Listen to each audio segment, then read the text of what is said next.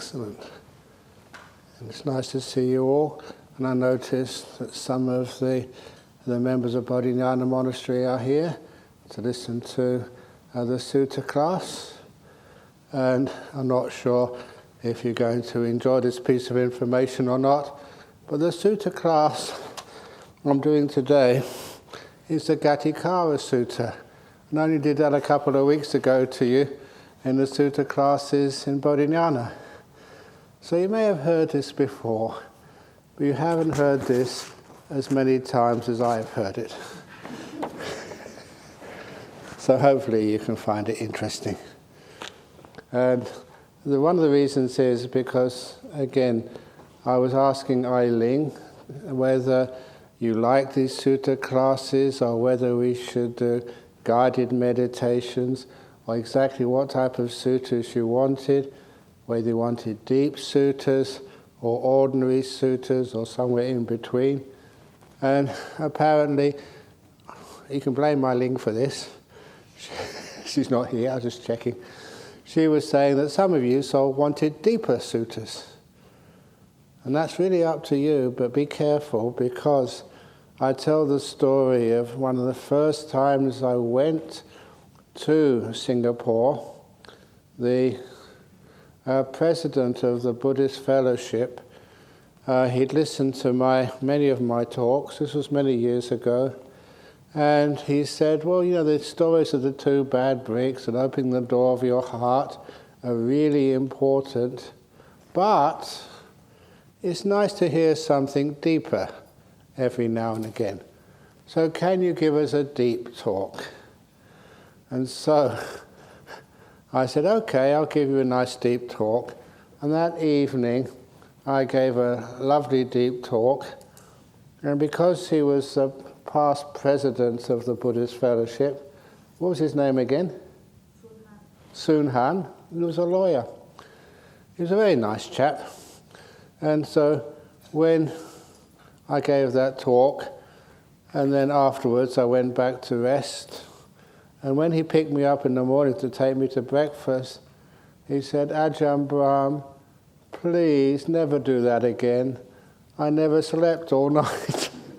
It was too deep for him.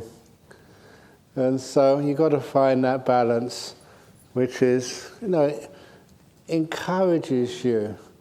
When you see some deeper Dhamma, and as a result, it should be inspiring rather than worrying for you.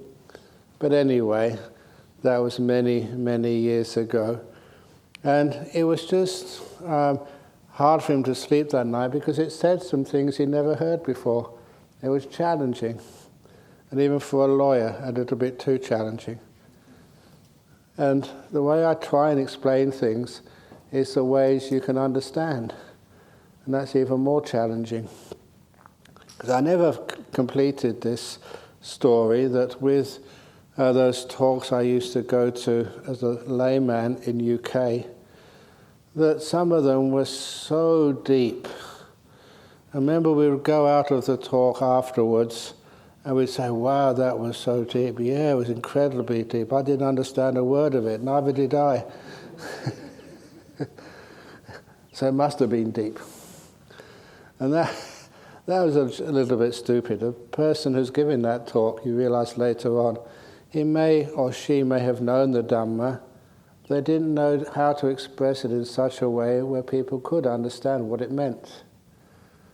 And so I learned from that to make sure that when I do teach anything, to try and make sure it's in words which you can understand. And if you can understand those talks or those ideas, because you can understand it, it does not mean it's not profound. It means, you've explained it well. And the story, the metaphor I give, was something I read about the quantum physicist Werner Heisenberg. Many of you may not know quantum physics, but you know Heisenberg's uncertainty principle, which he became famous for. But it was much more than just the originator of Heisenberg's uncertainty principle. He was a great physicist. But one of his quotes, which I will never forget, he said, if you really know the subject of quantum physics, then you can be able to explain it to the barmaid serving you a pint of beer in the pub. Of course, none of you go to pubs, but you can understand what I mean. And that barmaid will be able to understand what you mean.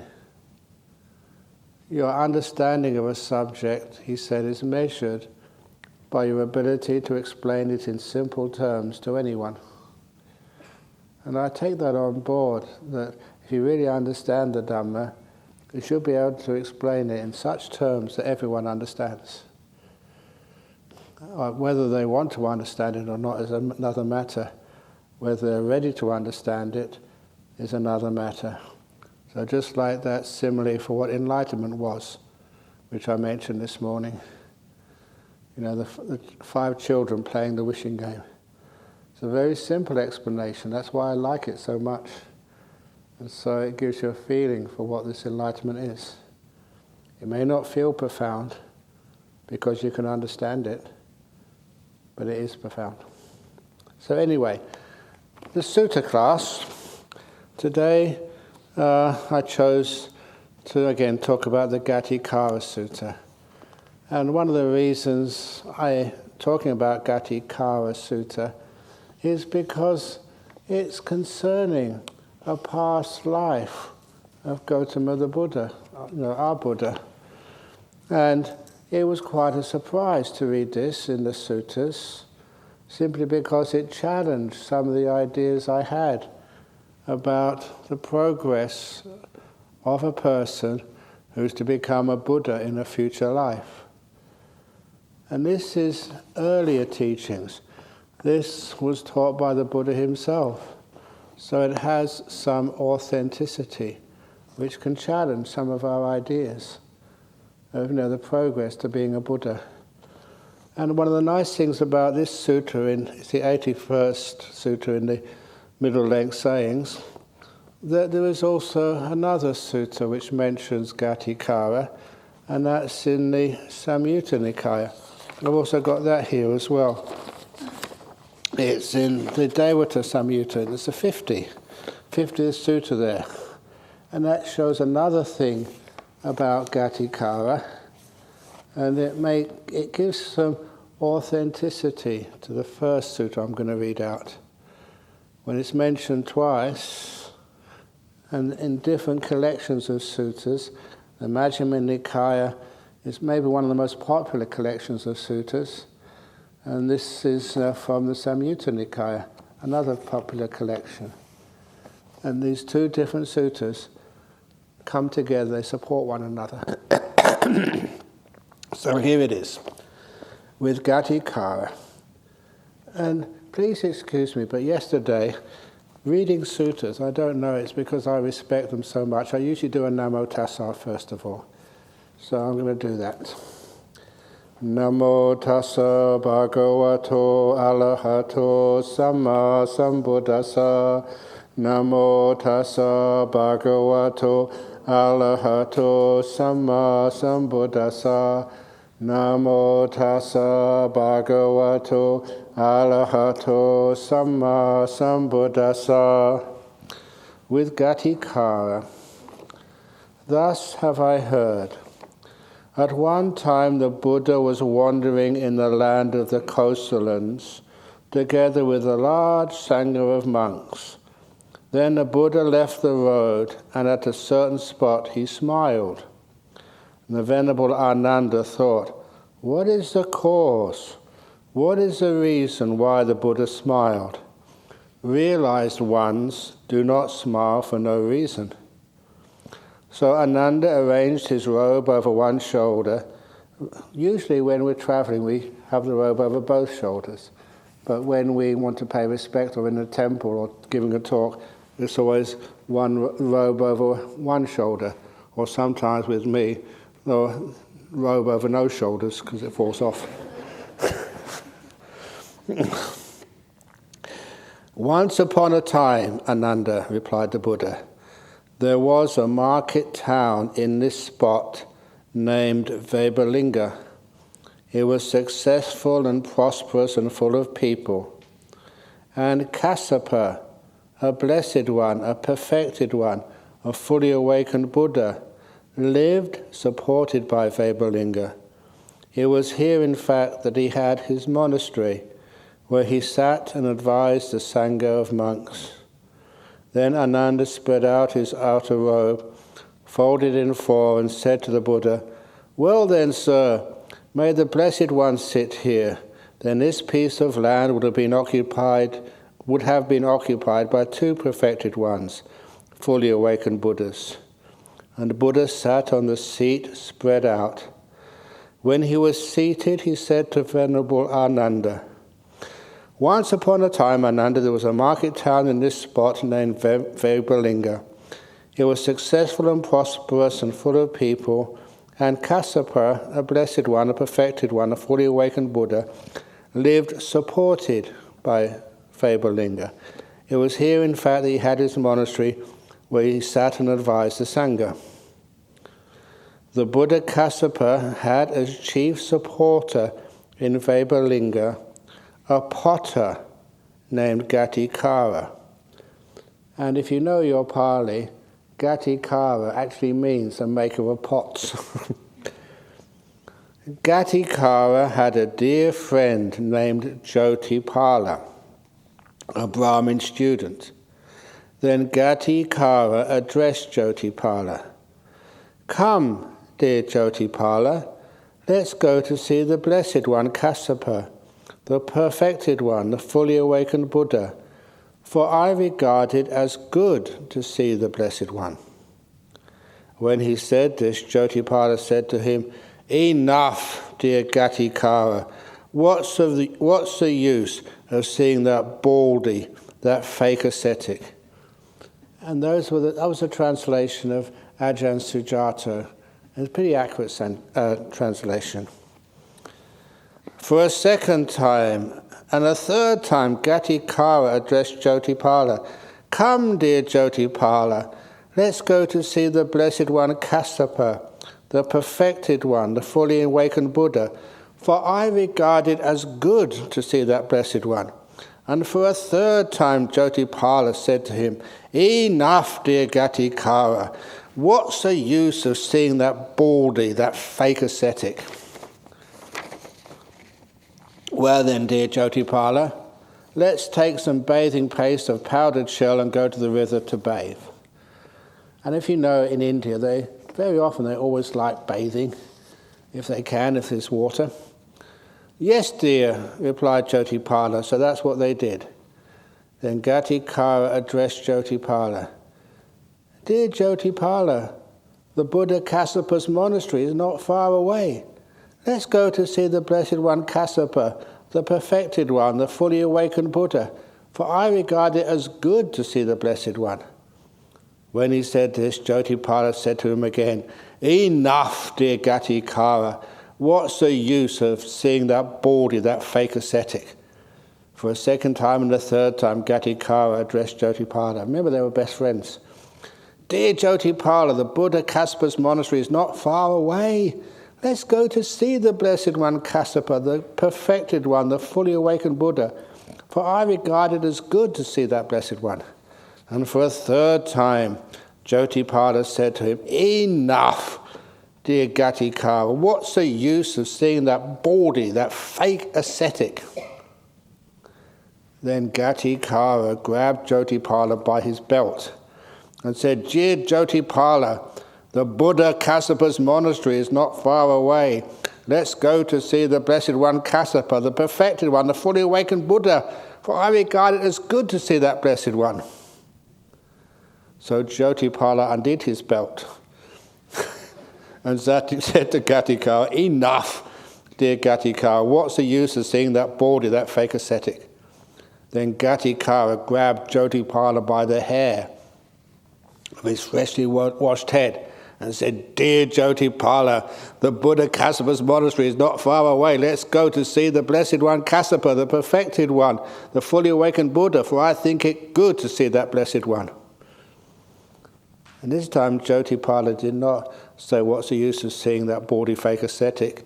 Instead, Jyotipada thought, it's incredible, it's amazing how this potter, Gatikara, though born in a lower caste, should presume to grab me by the hair of my freshly washed head.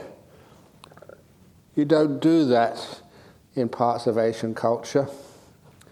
Even if ever I had the opportunity to shave Ajahn Chah's head on the Uposthita days, you always had to ask permission first of all.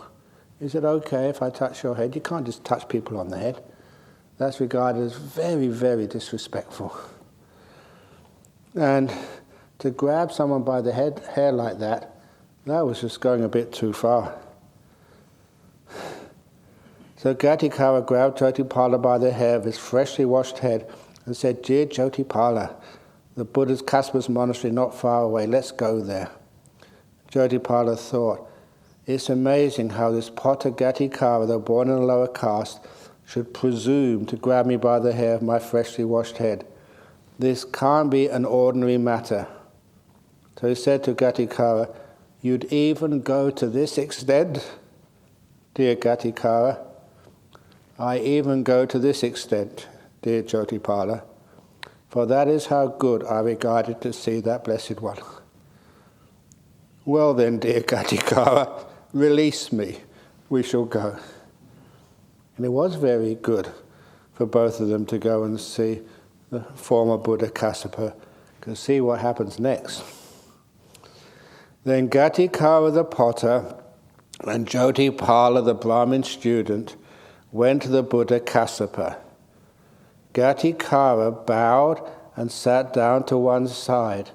That's always the way that disciples treat their teacher. But of course, Jyotipala wasn't a disciple yet, so Jyotipala exchanged greetings with the Buddha and sat down to one side.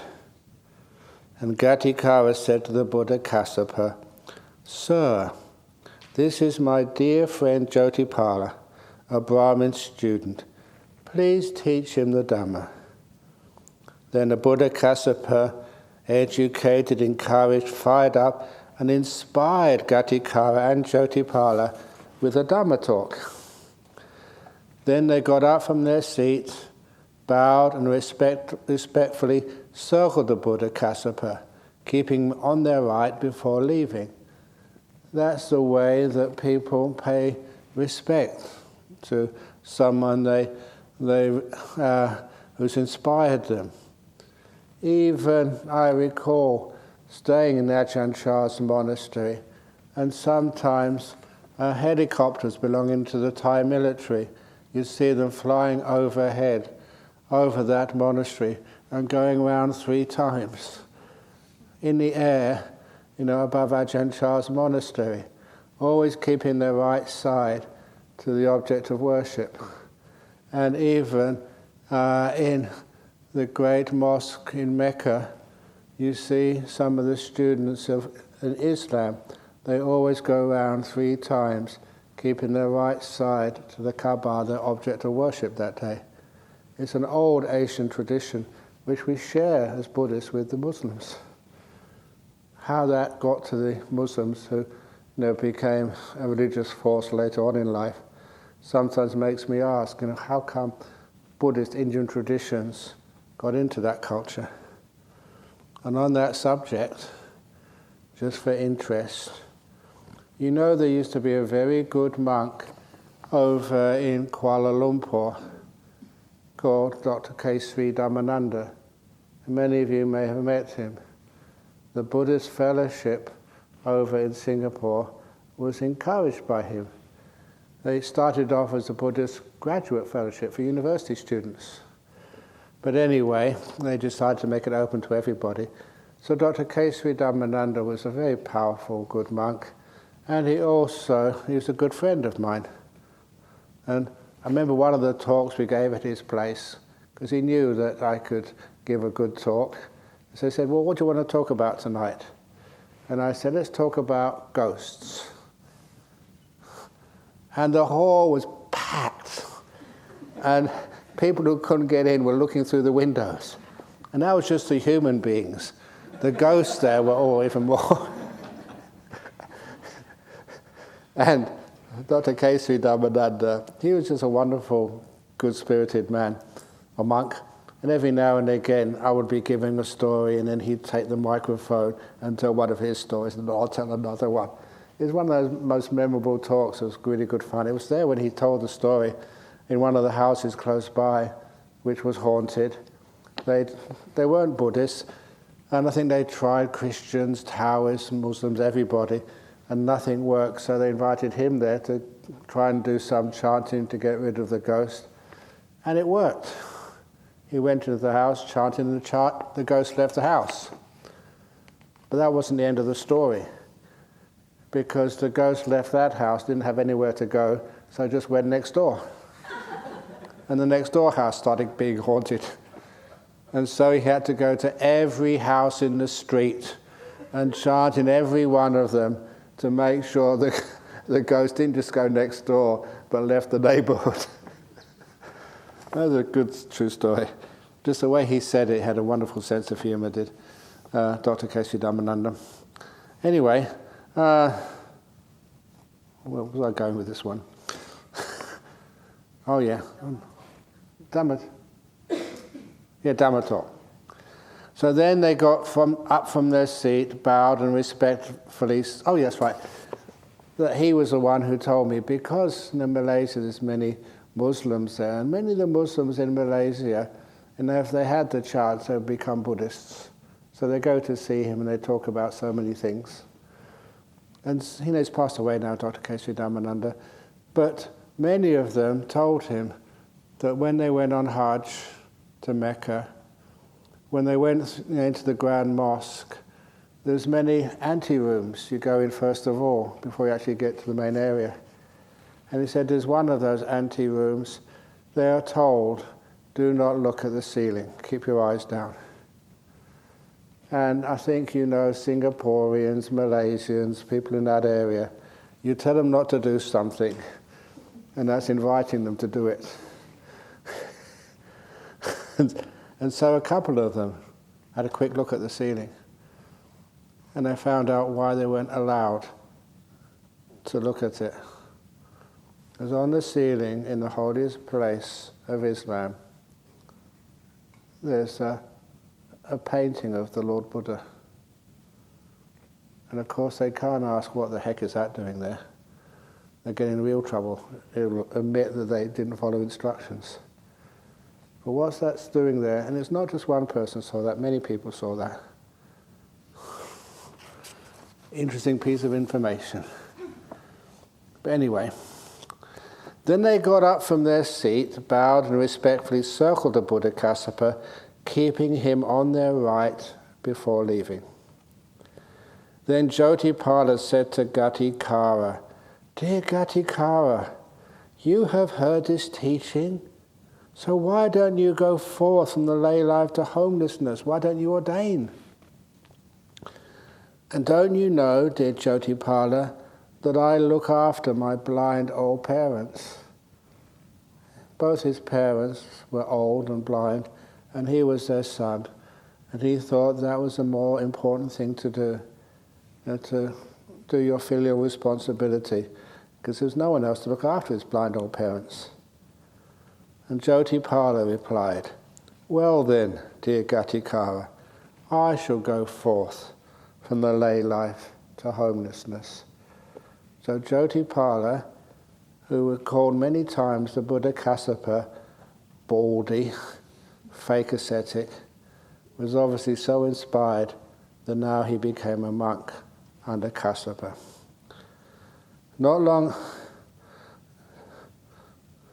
So then Gatikara and Jotipala went to the Buddha Kassapa, bowed and sat down to one side, and Gatikara said to the Buddha Kassapa, "Sir, this is my dear friend Jotipala, a Brahmin student.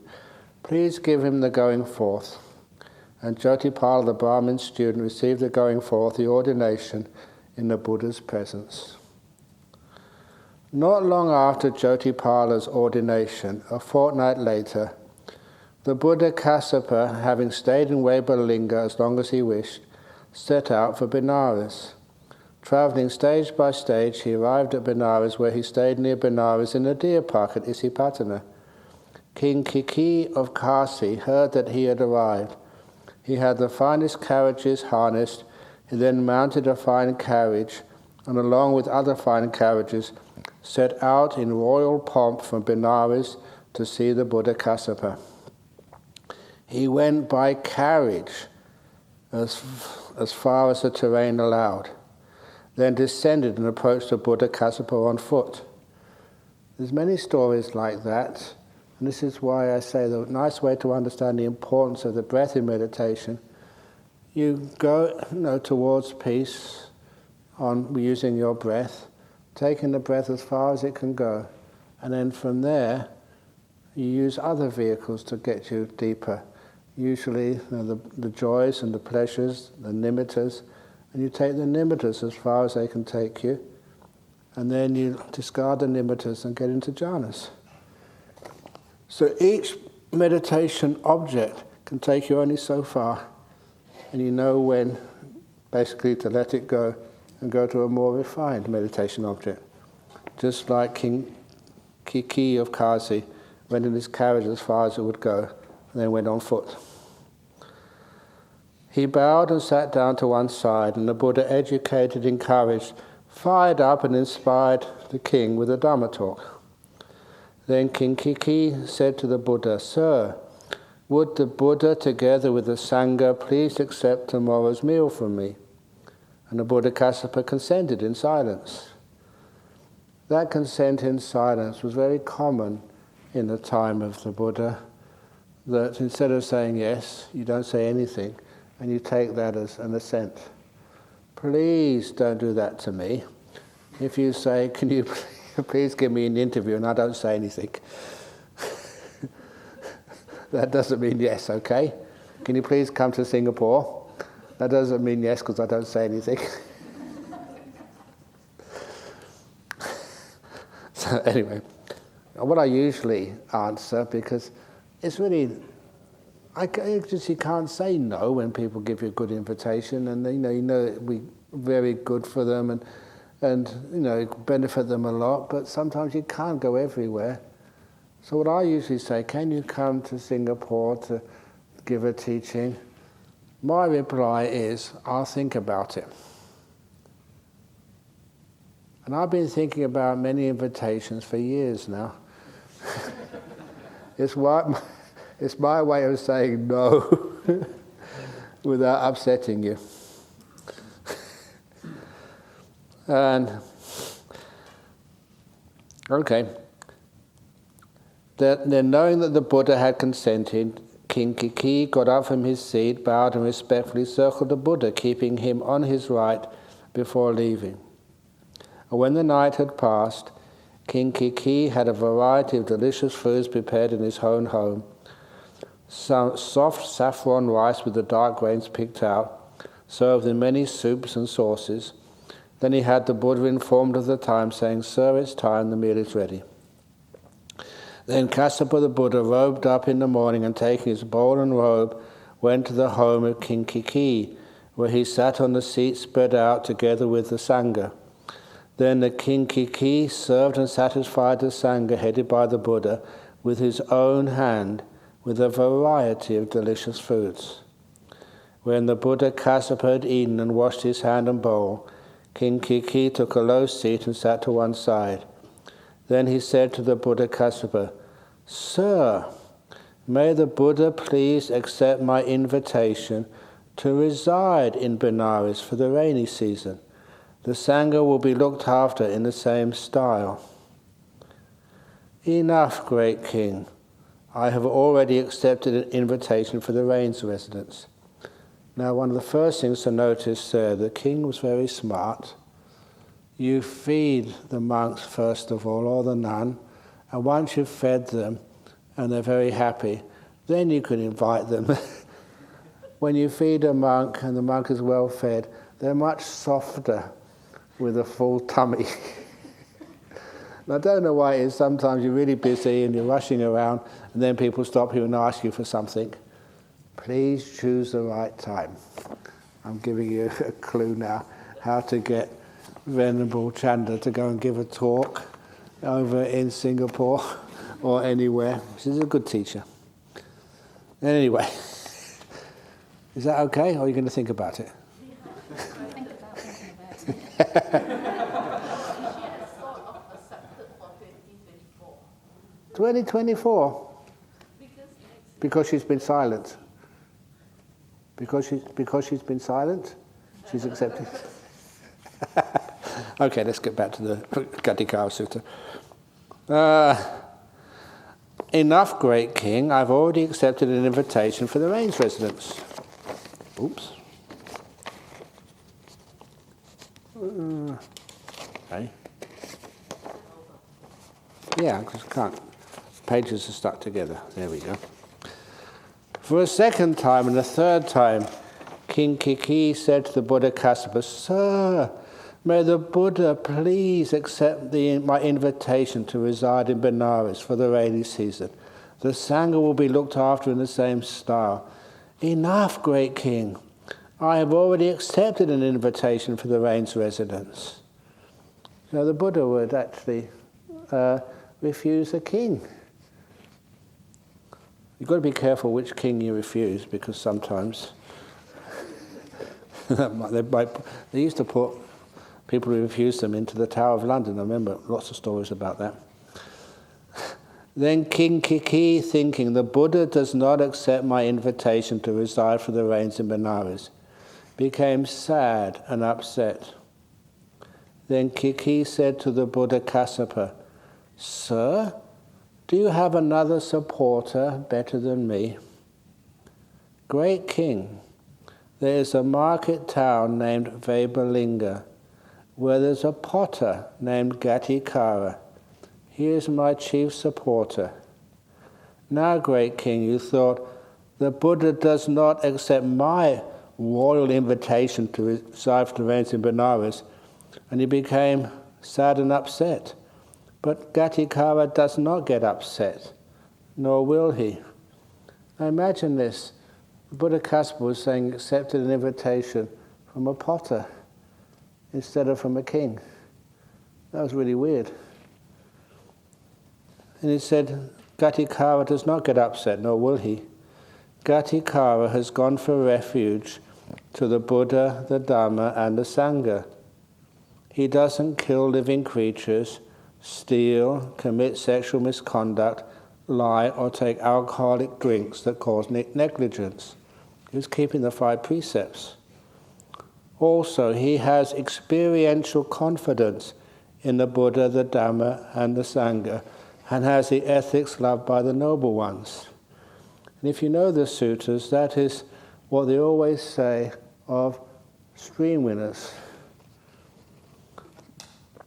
Experiential confidence doesn't mean just by inference or what you believe. You have the great experiences of entering the stream. He's a stream winner. He is free of doubt regarding suffering, its origin, its cessation, the practice that leads to its cessation. He eats in one part, that's the Four Noble Truths. He eats in one part of the day. He's celibate, ethical, and of good character. He has set aside gems and gold and rejected gold and money. He's put down the shovel and doesn't dig the earth with his own hands. He takes what has crumbled off by a riverbank or being dug up by mice and brings it back in a carrier. When he has made a pot, he said, anyone may leave bagged sesame, mung beans or chickpeas here and take what they wish. Like barter. But he didn't say what he was going to barter. You leave what you want, you take what you want. He looks after his blind old parents. And since he has ended the 5 lower fetters, that means he's an anagami, Gatikara will be reborn spontaneously and will become extinguished there, not liable to return from that world. And that's the state of being an anagami and go to the pure abodes. And when you get reborn in those places, you can't really say you're reborn. You reappear there because you're not born as a baby. You don't have to go to school anymore. You reappear fully formed. So the Buddha was saying that Gatikara was a non-returner. That's why his best friend Jyotipala, didn't matter how many times he called the Buddha a baldy, he just never got upset, but just made sure he found a way his best friend Jyotipala could meet the Buddha. Then one time, great king, I was staying near the market town of Vabalinga. Then I robed up in the morning and taking my bowl and robe, went to the home of Gatikara's parents. They were blind and old. Well, I said to them, "Excuse me, where has Bhagawa gone?" And Bhagawa was the name of, almost like a nickname of Gatikara, a personal name. "Your supporter has gone out, sir, but rice from the pot and sauce from the... your supporter has gone out, sir, but take rice from the pot and sauce from the pan and eat." So that's what I did. This is the Buddha Kassapa. "And after eating, I got up from my seat and left. Then Gatikara went up to his parents when he returned and said, 'Who took rice from the pot and sauce from the pan, ate it and left?' 'It was the Buddha Kassapa, my dear.' Then Gatikara thought, 'Oh, I'm so fortunate, so very fortunate, in that the Buddha Kassapa trusts me so much.' Then joy and happiness did not leave him for a fortnight, or his parents for a week." A Buddha sort of ate your food. Wow. Another time, great king, I was staying near that same market town of Vabalinga. Then I robed up in the morning and taking my bowl and robe, went to the home of Gatikara's parents, where I said to them, "Excuse me, where has Bhagawa gone?" That's his son. "Your supporter's gone out, sir, but take porridge from the pot and sauce from the pan and eat." So that's what I did. And after eating, I got up from my seat and left. Then Gatikara went up to his parents and said, "Who took porridge from the pot and sauce from the pan, ate it and left?" "It was the Buddha Kassapa, my dear." And then Gatikara thought again, "Oh, I'm so incredibly fortunate, so very fortunate to be trusted so much by the Buddha Kassapa." And again, joy and happiness did not leave him for a fortnight, or his parents for a week. Another time, great king, I was staying near that same market town of Vabalinga, and at that time, my kuti leaked. So the kuti where the monks stay, the hut. So I addressed the monks, "Monks, go to Gatikara's home and find some grass." When I said this, those monks said to me, "Sir, there's no grass there, but his workshop has a roof." "Then go to the workshop and strip the grass." And so that's what they did. Then Gatikara's parents said to those monks, "Who's stripping the grass from the workshop?" "It's the monks, sister. The Buddha's hut is leaking." "Take it, sirs, take it, my dears." Then Gatikara, when he came back, went up to his parents and said, "Who stripped the grass from the workshop?" "It was the monks, dear. It seems that the Buddha's hut is leaking." And Gatikara thought, "Oh, I'm so fortunate, so very fortunate to be trusted so much by the Buddha Kassapa." Then joy and happiness did not leave him for a fortnight, or his parents for a week. Then the workshop where he made his pots remained with the sky for a roof for the whole 3 months, but no rain fell on it. And that great king is what Gatikara the potter is like. And the king said, "Gatikara the potter is fortunate, very fortunate, to be so trusted by the Buddha Kassapa." Then King Kiki sent around 500 cartloads of rice, soft saffron rice, and suitable sauce for Gatikara. I don't know if it was 500 carts, but it means a lot. Then one of the king's men approached Gatikara and said, "Sir, these 500 cartloads of rice, soft saffron rice and suitable sauce have been sent to you by King Kiki of Kasi. Please accept them." "The king has many duties and much to do." "I have enough," said Gatikara. "Let this be for the king himself." In other words, even Gatikara had the strength of character to refuse all that, even though he was just so poor. Now this is one of the main reasons I read out this sutta, the next paragraph.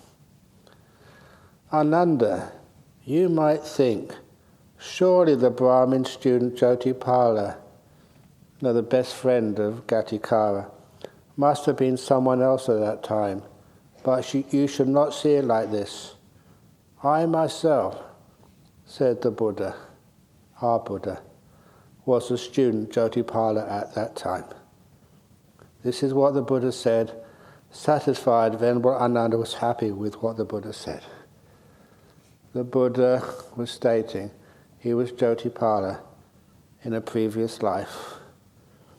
That when he first heard of the Buddha Kassapa, who we always call the previous Buddha to the Buddha Siddhartha Gautama, then he lived at the same time, and he was so disrespectful, he called the previous Buddha Baldy, a fake ascetic, 6 times. Actually more than that. It's only when he saw him that he got so inspired that he became a monk. He ordained with the Buddha Kassapa. I myself was the student Jyotipala at the time, said Buddha Siddhartha Gautama.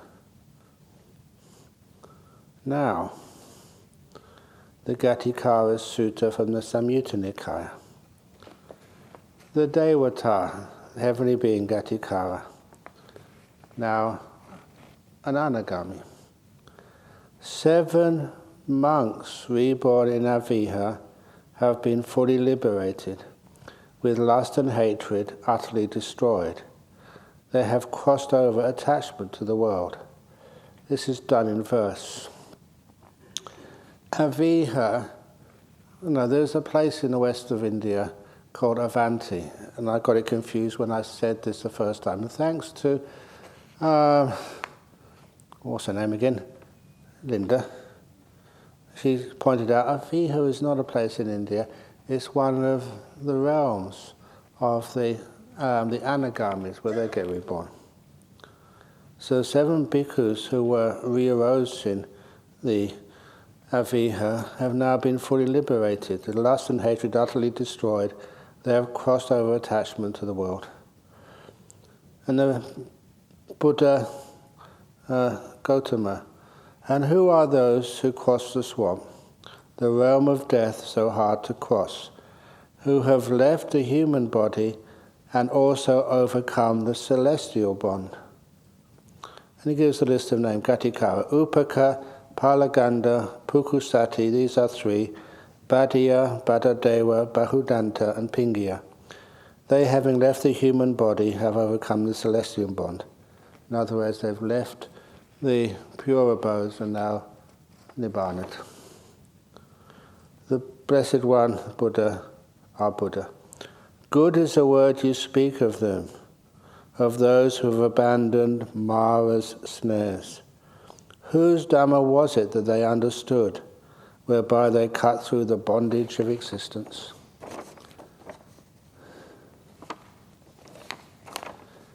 It was not apart from the Blessed One, it was not apart from your teaching.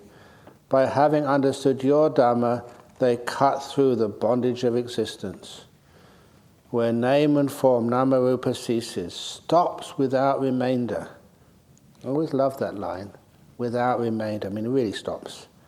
By understanding that Dhamma here, they cut through the bondage of existence. And the Buddha replied, deep is the speech you utter, hard to understand, very hard to grasp. Having understood whose Dhamma do you utter such a speech? And Gatikara replies to Siddhartha Gautama, the Buddha, in the past, I was the potter Gatikara in Vehalinga. I supported my mother and father then as a lay follower of the Buddha Kassapa. I abstained from sexual intercourse. I was celibate, free from carnal ties. I was your fellow villager. In the past, I was your friend. I am the one who knows these 7 liberated bhikkhus, who with lust and hatred utterly destroyed, have crossed over attachment to the world. And the Buddha Siddhartha Gautama, just so it was at that time, as you say, O Bhagawa. And that Bhagawa, it's not like the usual pronunciation, the usual word Bhagawa, it's in Namo Tassa Bhagavato. It's another word similar in pronunciation, but it's got 2 G's. It's a different word. It was the same nickname which the Jotipala gave to his friend Gatikara before. The Blessed One remembers this. The current Buddha. As you say, O Bhagawa, in the past you were the potter Gatikara in Vehalinga. You supported your mother and father then as a lay follower of the Buddha Kassapa. You abstained from sexual intercourse, you were celibate, free from carnal ties. You were my fellow villager. In the past you were my friend. Such was the meeting that took place between those friends from the past, both now inwardly developed, bearers of their final bodies. The Buddha, the final body of a fully enlightened one. Gatikara, the non-returner, just so close to making that final step, but bearing their final bodies. And I kind of like that sutta very much, especially when you put it with the sutta of Gatikara coming to basically congratulate his old mate, Jotipala, now reborn as Siddhartha Gautama, and now fully attained Buddha. It gives a sense of understanding that a Buddha, even in a previous life, was not so perfect. He couldn't even recognize the Buddha Kassapa in his own vicinity and called him Bodhi. But as soon as he met the Buddha Kassapa, then, of course, he really got so much faith, he became a monk himself. So that gives a sense of like almost humanity. Humanity? I don't know if that's the right word. But of 2 old friends meeting one another. One the Buddha, one his best friend from a previous life. And it also shows that, on the path of being a Buddha, previous life, and the Buddha Kassapa was always supposed to be in this eon, not that long ago, according to the cosmology of Buddhism. And so it's wonderful they could meet one another and they can actually show what it was like in a previous life, and that person became a fully enlightened Buddha. How many of you is it possible to be a fully enlightened Buddha? Even those of you or your friends who say, I'm going to go to the monastery. So what are you going to a stupid monastery for? To see those baldy nuns and those baldy monks. Actually, you're more baldy than I am. I've got to have a shave later on. And it gives an idea. We always think that it takes lifetimes to be a Buddha. Lifetimes of perfections. Does it? Okay. Any questions before we finish off? Yeah? The Anagamis, do they go to the pure abode? Yes. But I thought the pure abodes, they won't be able to come back to talk, like the Deva. They can, it's just they're not reborn into this world. They can come and visit, as this was often the case. There's also another famous anagami who came to see the Buddha after the Enlightenment. And that was an anagami called Sahampati. Sometimes they call Brahma Sahampati, but that was just a name given. That was also an anagami. And again, I think Sahampati was also a monk under Kassapa, if I remember correctly. I forget the name now. And Sahampati came to see the newly enlightened Buddha, not to actually to just renew friendship, but to say to the Buddha, "Look, please teach out of compassion. There are many beings in this world with little dust in their eyes. So please teach out of compassion for the world." And that was one of the reasons why the Buddha was not a Pacceka Buddha, what they call silent Buddha, but actually spent his life teaching. He needed someone. When you understand in these deep meditations how you become so still afterwards, where all your desires are basically quashed, you come out afterwards, there's nothing to do. You need someone else to ask you, "Can you please teach out of compassion?" And that was, it didn't say he was a friend of the Buddha, but if he was a monk, if Sahampati was a monk under Kassapa, and obviously Siddhartha Gautama was a monk under Kassapa before, it's very likely they knew each other. And so Sahampati came and said, "Please teach." And that was all was needed. I know sometimes we use the word Brahma like as a god. I remember, you know my sense of humor, that when I first heard that Brahma came and asked the Buddha to teach, and how important that invitation was, then one of my monks, and I repeated it many times, what he said, "Thank God for Buddhism." Thank Brahma Sahampati. But it wasn't really a good statement because the Brahma literally means God, but he was an anagami, a non-returner.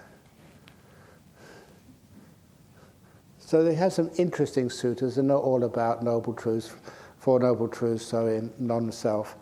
They've got some interesting historical facts in there, which I wanted to share with you. The other thing which I really like in here is just how when Gatikara just obviously made this invitation to the Buddha, "Please, whatever I have, please take whatever you want." And when the Buddha accepted like rice or porridge or even grass from the workshop, how that gave so much delight, to the parents and to Gatikara himself. And I know many of you have been so generous in the past, but don't just leave it there. Just please delight in your goodness, in your kindness, in just what you do.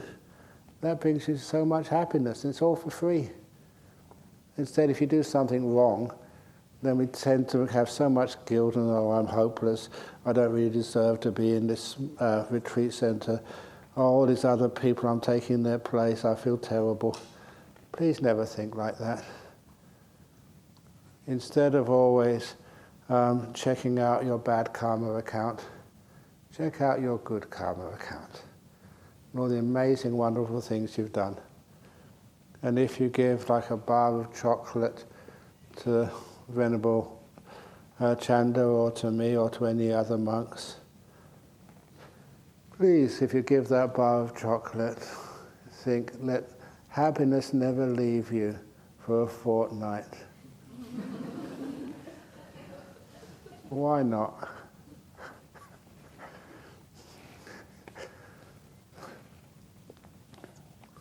Okay, so it's 5 to 5, so we can. I did tell PJ that if I talk too much, he can turn off the amplifier so the sound system cuts out. He said he preferred just to turn off the lights. So has anyone got one more question, about the talk, and then it just comes to 5 o'clock? Yeah?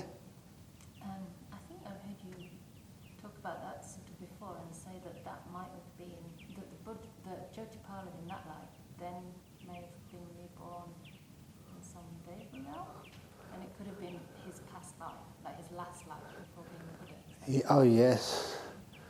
Now imagine Jyotipala was ordained with Kassapa the Buddha. And that's in the suttas, twice. So it's very hard to argue against that. So what then happened to, our Buddha, Siddhartha Gautama? If you were staying with a Buddha, like a Buddha Kassapa, surely you must have become a stream winner at least. It's okay, being ordained and staying under Ajahn Chah or any of the other great teachers, but a Buddha, that is incredible good karma to have a Buddha as your teacher. And so surely Jyotipala must have got something staying with the Buddha Kassapa. So where would Jyotipala get reborn after ordaining and spending his life with the Buddha Kassapa? Now that's one little question. Number 2 question. According to the stories, and sometimes people say, this is just the myths and the magic stories about Buddhism. But when the Buddha was born, he was supposed to have been able to speak. I always doubted that, thinking that's just, religious exaggeration. But then, I have come across a couple of examples of people born only a few hours who've been able to speak. And never again, they speak once and then they're quiet the rest of the time. They're weird stories, but the first time I heard this was from an Australian couple. They were not Buddhists, and they came to see us because they thought, the Buddhists were the only ones who might take this seriously. And that was a couple who had 2 children. The first child, I get the names wrong, but I just call the elder child Peter and the newly born child as Paul. And when Paul came back from the hospital, after he was born, they were in the lounge room. The elder child Peter was playing, the parents were doing something else, reading or whatever. And the mother said to the elder child, Peter, please, time to go to bed. Say good night to your brother Paul. And so Peter went up to the pram in which Paul was resting and said to his baby brother, good night, Paul. And then Paul said, good night, Peter. That's impossible. And so the 2 parents just were shocked. Did we imagine that? What was happening? Because they also said that Paul spoke in an adult voice, not in a baby voice. Good night, Peter, they said. And then they didn't have to prompt anybody, but the elder brother, Peter, said again, good night, Paul. And this time they were both paying attention. And the little baby said the second time, good night, Peter. And that freaked them out so much. Who do you tell? If you tell the psychologist or the doctors, they'll think you're crazy and put you on some medication. So they came to tell the monks. They didn't gain anything out of this. We said that's probably what might happen. And since that time, I've talked about this for years, you have gathered other people who come up to you and said, yeah, the same happened to me. When we had our child, the child spoke. We didn't want to tell anybody because how can you prove that? They'll think we're mad. So anyway, the cases where it does happen. Rare, incredibly rare, but sometimes it does. And I can't resist my favourite story. And this was of a person who was supposed to have spoken as it came out of the womb in an American maternity ward. And in front of the midwives or whoever else was there, when it came out of the womb, it said the words, "Oh no, not again."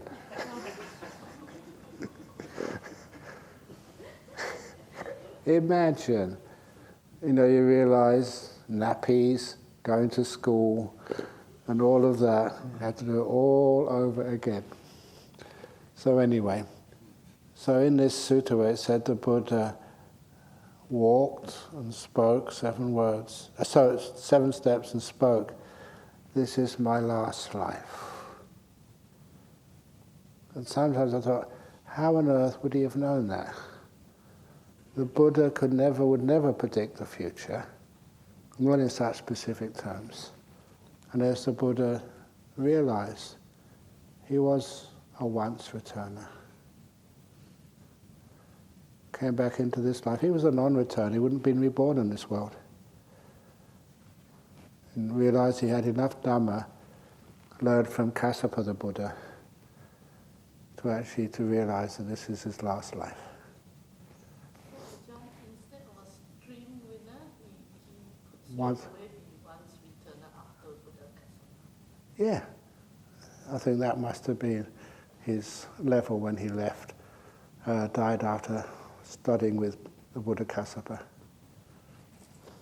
And the other piece of evidence, this other piece of evidence is again circumstantial, is we all know, according to the stories, that Siddhartha Gautama came to this planet Earth from the Tusita realm. In another place, it says that once returners mostly get reborn in the Tusita realm.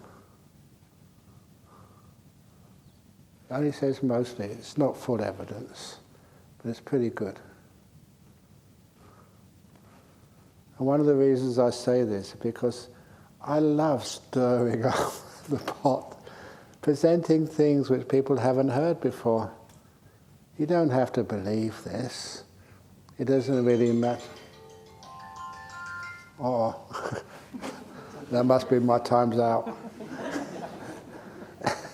But what it does mean is that it's a good way of just extending the possibilities and understanding what Buddhism is and what a Buddha is.